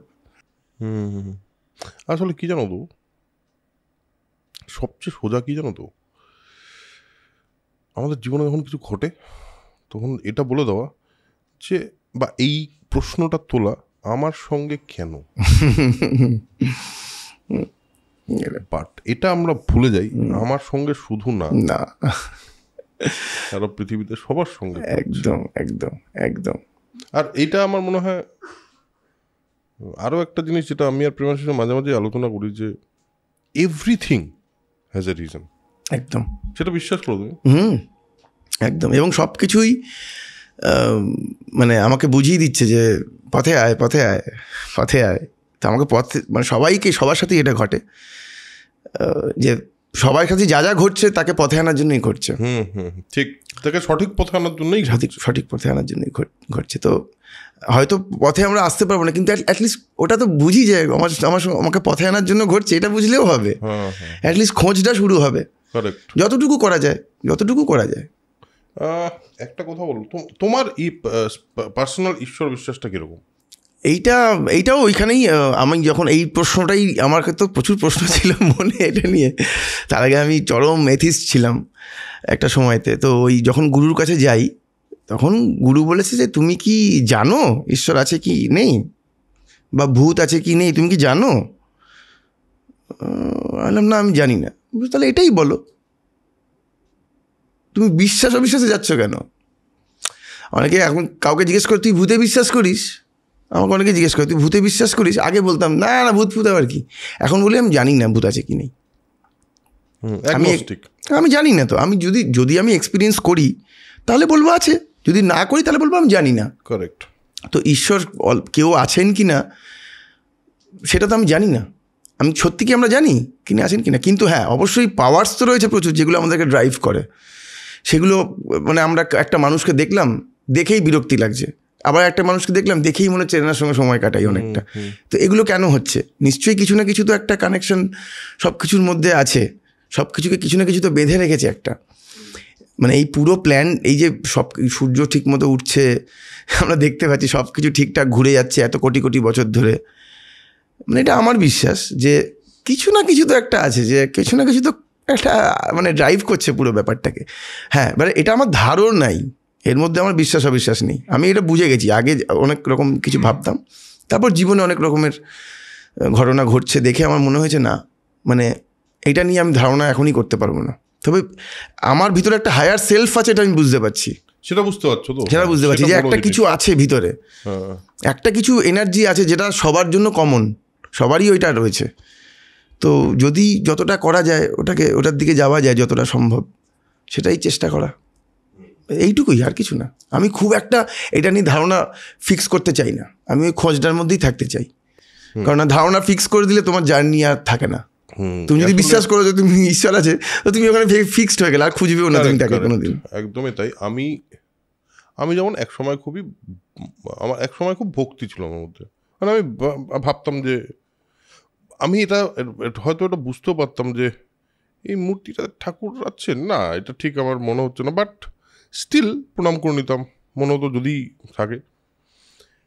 এখন আমার স্ট্যান্ড পয়েন্টটা ঠিক তোমার মতো অ্যাগনস্টিক, এটাকে আমি রিসেন্টলি জানলাম এটাকে অ্যাগনস্টিক বলে। সেটা হলো যে আমি যতক্ষণ না প্রমাণ পাচ্ছি যে ভূত বা কেউ আছে কিনা, আমি ততক্ষণ অবধি বলতে পারছি যে মানে আমি দেখিনি, সো আই ডোন্ট নো। এটাই বেসিক্যালি আমার মনে হয় is the best way to live your life. কারণ তাতে কি হয়, তাতে তুমি যেটা বলছো যে অত বেশি ধারণা বানিয়ে লাভ নেই, কোনো স্পেসিফিক একটা ধারণা বানিয়ে নিলাম।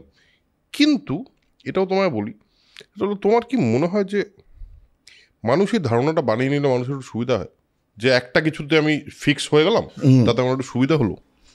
হ্যাঁ, এটা হয়তো কিছু কিছু মানুষের ক্ষেত্রে সুবিধা হয় অবশ্যই, এবং প্রত্যেকের তো গঠন আলাদা, প্রত্যেকের বৈশিষ্ট্য আলাদা, তো সে সেভাবেই সেটাকে অ্যাকসেপ্ট করবে। কারোর মনে হচ্ছে যে আমি মন্দিরে গিয়ে যখন আমি পুজো করছি আমার শান্তি হচ্ছে খুব, সেটা অবশ্যই তার করা উচিত, রেগুলার বেসিসে করা উচিত। এবং আমার যেটা ধারণা, যে মানে এটা ধারণা বলবো না, এটা আমার মাঝে মাঝে চিন্তা হয় যে প্রত্যেকটা জিনিসের মধ্যেই তো এনার্জিটা রয়েছে, প্রত্যেকটা জিনিস, মানে এই কাঠের মধ্যেও তো লাইফ এনার্জি আছে, তো ওই এনার্জিটা তো সেম, লাইফ এনার্জিটা তো সেম, পুরো সৃষ্টির লাইফ এনার্জিটা তো সেম, ওটা তো সব জায়গাতেই রয়েছে। ঠিক, তো সেটাকে রেসপেক্ট করা, সেটাকেই কেউ যদি আমি ঈশ্বর ধরে নিই, সেটাকেই আমি, মানে যে জন্য আমাদের হাত জোর করে প্রণাম করার মানে কি, তোমার হায়ার সেলফটাকে আমি, তোমার মধ্যে যে ঈশ্বর আছে সেটাকে আমি প্রণাম করছি, বা এরকমই কিছু একটা, হয়তো আমি জানি না, এটা আমার নিজের একদমই ধারণা। তো ওই জন্য সব কিছুকেই প্রণম্য হিসেবে দেখা, মানে আমি আমার ঘরে ঢুকে আমার চটিটাকেও খুব সুন্দর করে রাখি, ঝাঁটাটাকেও খুব সুন্দর করে রাখি, কারণ তারা আমার লাইফ সোজা মানে অনেক সহজ করছে। তো আমি ওইভাবেই এখন ব্যাপারটাকে দেখে ফেলেছি আর কি, যে যা কিছু আছে সব কিছু ভ্যালু সেম আমার কাছে এখন, কোনোটাই মানে উঁচু নয়, কোনোটাই নিচু নয়, সব সমান, সব কিছু, সব মানুষ সমান, সবার লাইফ ইম্পর্টেন্ট, সবার যা কিছু দেখছি সব কিছুর মধ্যেই সেই এনার্জি আছে। তো আমি ওইটাকে খুব মানে কনসিয়াসলি ওটাকে আমি রেসপেক্ট করি আর কি। যে এবং তোমার এটাও মনে হয় যে সবাই সবার মতো করে ঠিক? হ্যাঁ, ঠিক ভুলের কি সংজ্ঞা দেবে তুমি?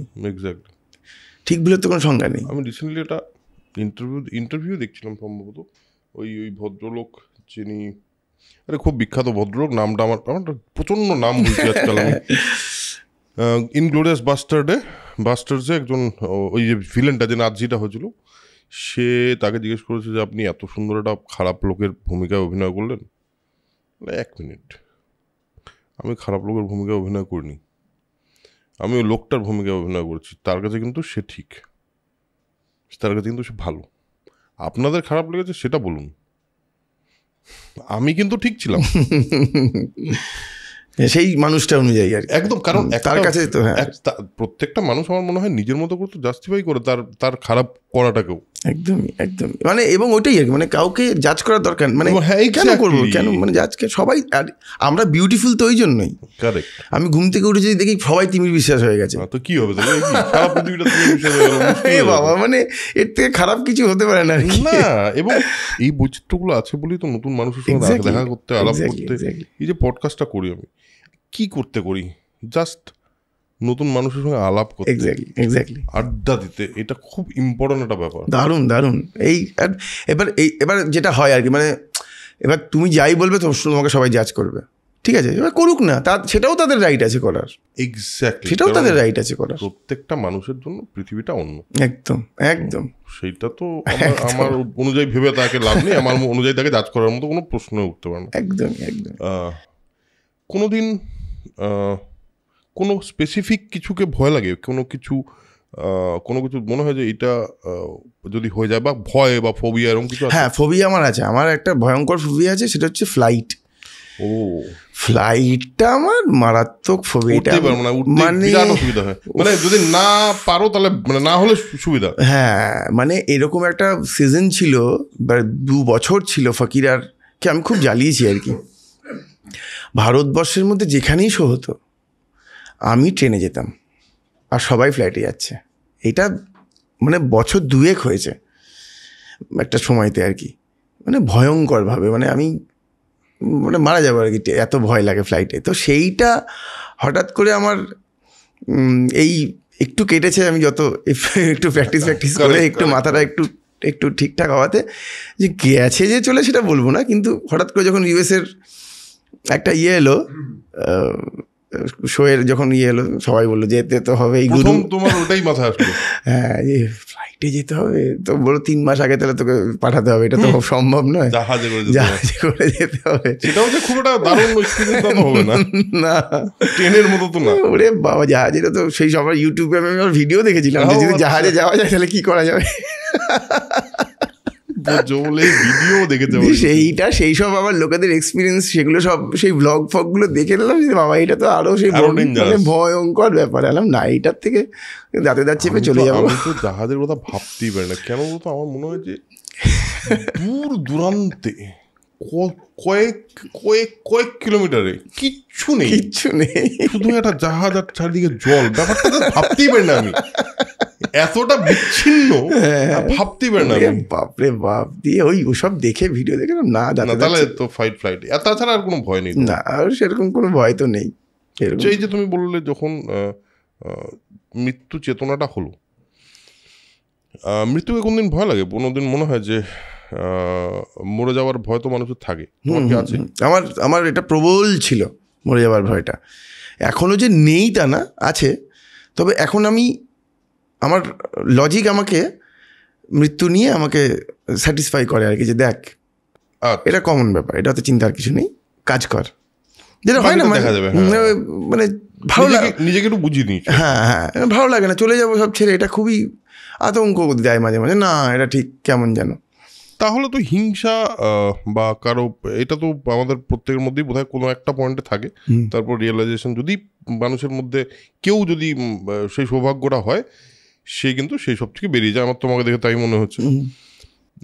এই মানে যারা গাইছে বা যারা কন্টেম্পোরারি বা যারা সিনিয়র্স, আগে কি কোনো সময় হিংসা হতো এদের?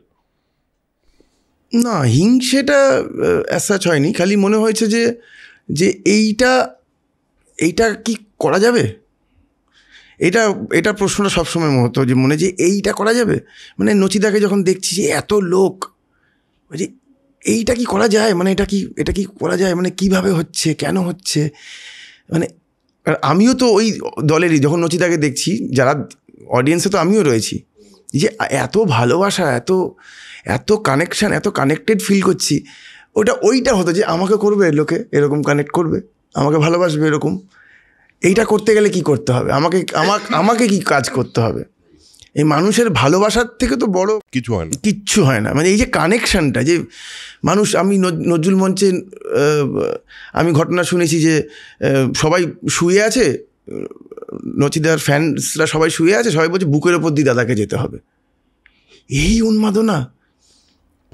পাগলাম। রূপমদার গাড়ি শো করে বেরোচ্ছে, 5,000 10,000 লোক গাড়িটাকে যেতেই দিচ্ছে না, এরকম ভালোবাসছে, এরকম কানেক্ট করছে একটা মানুষের সাথে, এটা খুব লোভ হয়, হিংসে বলবো না, খুব লোভ হয় যে এরকমভাবে কানেক্ট করতে পারা যাবে মানুষের সাথে, তাহলে কি করতে হবে আমাকে, তো দেখলাম যে এটা পুশ করে তো হবে না, এটা পুশ করে এটা আমাকে নিয়ে কাজ করতে হবে। এই একটা জিনিসই কাজ করার রয়েছে, যেটা করা যাবে সেটা হচ্ছে এইটাই, আর বাইরে কোনো কিছু নিয়ে কাজ করা যাবে না। সব কিছুই আমার ইচ্ছে মতো হবে না, আমার ইচ্ছে মতো গোটা পৃথিবী চললে তোমার খারাপ লাগবে, তোমার ইচ্ছে মতো চললে আমার খারাপ লাগবে। তো সুতরাং সবার ইচ্ছে মতোই চলবে, মিলিয়ে ঝুলিয়ে। তো আমি একটা জিনিস আমার ইচ্ছে মতো চলতে পারে, সেটা হচ্ছে তো এইটাকে যদি আমি এটাকে নিয়ে চর্চা করি, এটাকে একটু বেটার করার চেষ্টা করি যতটা সম্ভব, আরও নিজেকে চেনা, আরও ডিপে যাওয়া, আরও কী কী পারি আমি, আমার কী কী ক্ষমতা রয়েছে সেগুলোকে এক্সপ্লোর করা, আনন্দ লাগছে ওটাতেই। তো ওই আনন্দটাই আমার কাছে এখন মানে ওটাই আমার সব, যে আমি কি দেখি না কি যে এবার কী অ্যাচিভমেন্ট হবে, কী হবে, অ্যাজ সাচ কোনো গোল নেই লাইফে, যেটা ভালো লাগছে যখন সেটা করছি। তো আমি ওইভাবেই রান করি, আমার অ্যাজ সাচ কোনো গোল নেই জীবনে যে আমাকে এই জায়গায় পৌঁছাতে হবে। খালি মনে হয় ওই একটাই ইচ্ছে যে প্রচুর মানুষ আমার গান শুনবে, আমাকে, এবং শুধু গান শুনে ভালো না, আমাকে ভালোবাসবে, আমার সাথে কানেক্ট করবে, এইটার একটা লোভ আছে। এটা অনেস্টলি বলবো, এই লোভটা তো আছেই। এই লোভটা আমার মনে হয় যে কোনো আর্টিস্টেরই থাকে বা থাকা উচিত। হ্যাঁ, কারণ আলটিমেটলি মানুষের চেয়ে বড় জিনিস তো ইনকাম করা যায়। ওরে বাপরে বাপ, যখন সবাই হরে কৃষ্ণ গায় স্টেজ থেকে, ওইটার মানে মনে হয় আর কিছু চাই না, মানে এটা চলতেই থাকুক, এই মোমেন্টটাই কনস্ট্যান্ট হয়ে যাক। এত মজা লাগে, এত মানে সবার সাথে কানেক্ট করে, এবার ওইগুলোই মানে আমার মানে ওইটাই পাওয়াটাই হচ্ছে এখন আমার কাছে ওটাই পাওয়ার লোভ আছে। হ্যাঁ, ওটাই পাওয়ার লোভ আছে। এবং আরেকটা লোভ আছে যে এটা শুধু বাঙালি না, আমার মিউজিককে আমি এমন জায়গায় নিয়ে যেতে চাই যে অ্যাটলিস্ট একটা অবাঙালিও যেন বুঝতে পারে যে কি হচ্ছে, সে যেন ভাইভটা পায়। একটা বিদেশি একটা কোনো ফেস্টিভ্যালে গিয়ে পারফর্ম করছি, সেখানেও সবাই যদি মেতে ওঠে, এইগুলোই লোভ, এই ছোটো ছোটো মানে ইচ্ছে আর কি, মজা লাগে। হ্যাঁ, এই ইচ্ছে না থাকলে তো হবে না। আর জীবনে দেখো আমার তুমি বলে গোল নেই, গোল ব্যাপারটা না খুব উইয়ার্ড একটা জিনিস। একদম। অনেকে ভাবে যে আমি এখানে পৌঁছাবো, বাট জীবন থেকে অন্য একটা রাস্তায় নিয়ে যেতে পারে, যে সেটা আমার মনে হয় যতটুকু সময় যেইটুকু কাজ তোমার আছে ওইটুকু কাজ মন দিয়ে করলে বাকিটা হয়ে যাবে। ফুল মস্তিতে আনন্দতে করতে থাকো, তারপর যা হবে হবে। আর গোল সেট করলে কি, আমার যেটা ছোটবেলা থেকে বাবা যেটা আমাকে, যে জন্য আমাকে জিজ্ঞেস করতে বারণ ছিল তুমি কি হবে, তো বাবা ওটাই বলতো যে তুই যখনই গোল ফিক্স করে নিবি তখনই তোর কাছে হয়তো আরো অনেক কিছু আসতে পারে, তুই সেটা অপশন থাকবে না। তবে যারা গোল ওরিয়েন্টেড, আজকে শাহরুখ খান যদি ধরি, শাহরুখ খান তো স্বপ্ন ছিল যে আমি এই শহরটাকে একদিন রুল করব, তিনি তো রুল করছেন, মানে সেটাও ঠিক আছে, মানে এটাও একদম পারফেক্ট, মানে এটা তো কোনো অসুবিধা নেই, একদমই নেই। এবং কিন্তু পয়েন্টটা হলো তিনি এটা ভেবেছিলেন যে আমি শহরটাকে রুল করব, কিভাবে বা কি হয়ে আজকে যে শাহরুখ খান হচ্ছে সেটা কি তুমি জানতেন? না, এটা তো জানতেন না। এবং আরেকটা পয়েন্ট আছে, সেটা হলো দেখো শাহরুখ খান একটা কথা বলেছিল যে আমি দেখতে গোটা ভালো না, আমার গলায় বিরাট বেশ, যে আলাদা করে একটা বিশাল ভালো গলা তা নয়, হাইট নেই, খুব ভালো নাচতে পারি না, খুব ভালো যে অভিনেতা তাও না, বাট আমি যে মানুষটা, I will be the best version of myself. কি সুন্দর, কি সুন্দর, এটাই তো জীবন। ওইখানে তারপর তো বাকিটা এমনি হয়ে যায়। অসাধারণ, অসাধারণ, অসাধারণ, সত্যি, মানে এগুলো ইন্সপিরেশন, এইগুলোই তো ইন্সপিরেশন। আমার শাহরুখ খান আমার জন্য সারা জীবনের ইন্সপিরেশন, মানে ছোটবেলা একদম। আমাদেরও তাই, অনেকেই আছে, তার মধ্যে শাহরুখ খানও একজন খুব ইম্পর্টেন্ট মানুষ। একদম একদম। যাক, আমরা একটা সুন্দর কথা দিয়ে আমরা একটা গান শুনবো, কিন্তু হ্যাঁ, খালি গলায়। গিটার আছে? গিটার আছে? হ্যাঁ, তাই তো, কি বাত। গিটারটা নিয়ে একটুখানি মুছে দিস। গাইবো?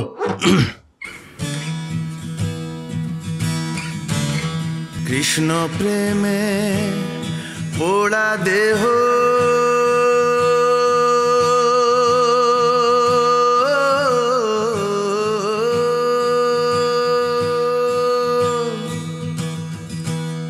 কি দিয়ে জুড়াই বলো সখী, কি দিয়ে জুড়াই বলো সখী। কৃষ্ণ প্রেমে পোড়া দেহ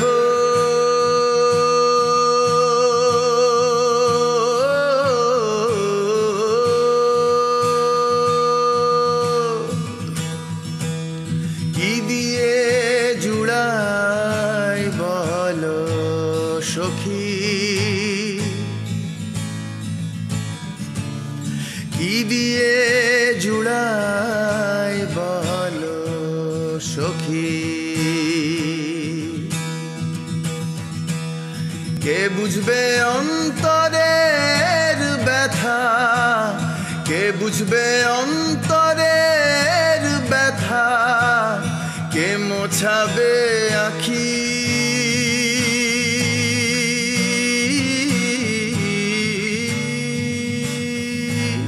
কি দিয়ে জুড়াই বলো সখী,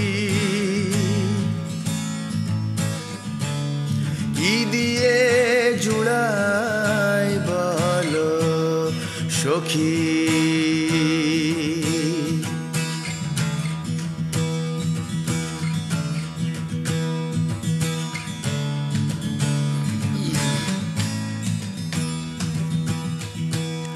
যে দেশেতে আছে আমার বন্ধু চান্দে কালা, সে দেশেতে যাব নিয়ে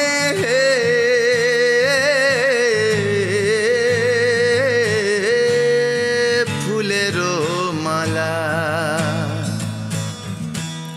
যে দেশেতে আছে আমার বন্ধু চান্দে কালা, সে দেশেতে যাব নিয়ে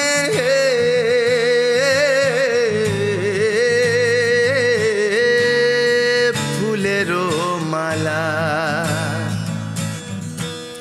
নগর গায়ে ঘুরব আমি, নগর গায়ে, নগর গায়ে ঘুরব আমি যোগিনী বেশ ধরি।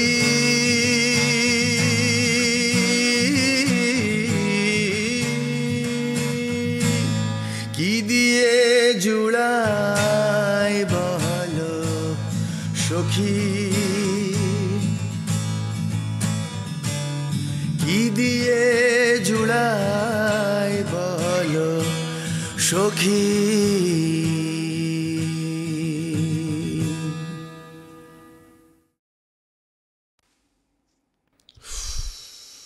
क्या बात, থ্যাংক ইউ, থ্যাংক কি ইউ। বলবো, সাইলেন্সই বেটার, এটার কিছু বলা উচিত না।